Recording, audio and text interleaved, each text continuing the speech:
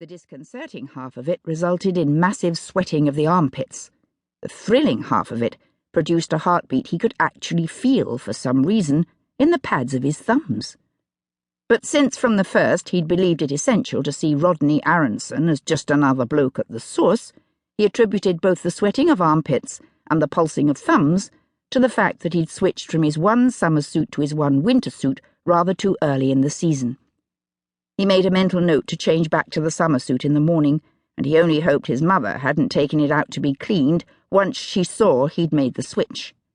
That would be, Zed thought, exactly like her. His mum was helpful and earnest. She was too much of both. He sought a distraction, easy enough to find in Rodney Aronson's office. While the editor of the newspaper continued to read Zed's story, Zed began to read the headlines on the old issues of the tabloid that were framed and hung along the walls. He found them distasteful and idiotic, their stories a form of pandering to the worst inclinations in the human psyche. Rent Boy Breaks Silence was a piece on a curb-crawling encounter between a 16-year-old boy and a member of Parliament in the vicinity of King's Cross Station, an unseemly romantic interlude unfortunately interrupted by the advent of vice officers from the local Nick. MP in sex triangle with teenager preceded the rent boy breaking his silence, and MP wife in suicide drama followed hard on its heels. The source had been on top of all these stories, first on the scene, first with the scoop, first with the money to pay informants for salacious details to juice up a report that in any legitimate paper would either be written with discretion or buried deep inside, or both. This was particularly the case for such hot topics as Prince in Bedroom brouhaha, Kiss and Tell Equerry shocks Palace, and another royal divorce, all of which Zed knew very well from gossip in the canteen, had topped the source's previous circulation figures by over 100,000 copies each. This was the sort of reportage for which the tabloid was known. Everyone in the newsroom understood that if you didn't want to get your hands dirty sifting through other people's nasty bits of laundry, then you didn't want to work as an investigative reporter at the source.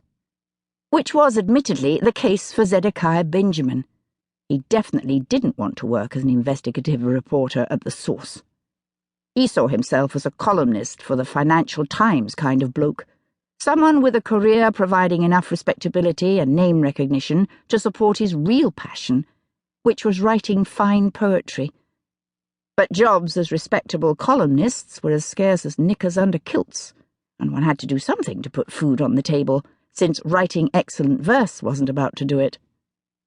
Thus, Zed knew it behooved him to act at all times like a man who found the pursuit of the social gaffes of celebrities and the peccadillos of members of the royal family journalistically and professionally fulfilling. Still, he liked to believe that even a paper like The Source could benefit from a slight elevation from its usual position in the gutter, from where it had to be said no one was gazing at the stars. The piece that Rodney Aronson was reading demonstrated this. In Zed's mind, a tabloid story did not have to swim in lubricious facts in order to capture the reader's interest.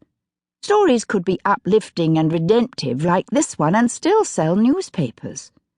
True, stories like this one weren't likely to make the front page, but the Sunday magazine would do, although a 2-page spread at the centre of the daily edition wouldn't have gone down bad either, just as long as photographs accompanied it, and the story made a jump to the following page. Zed had spent ages on this piece, and it deserved a gallon of newsprint, he thought. It had exactly what the readers of the source liked, but with refinement.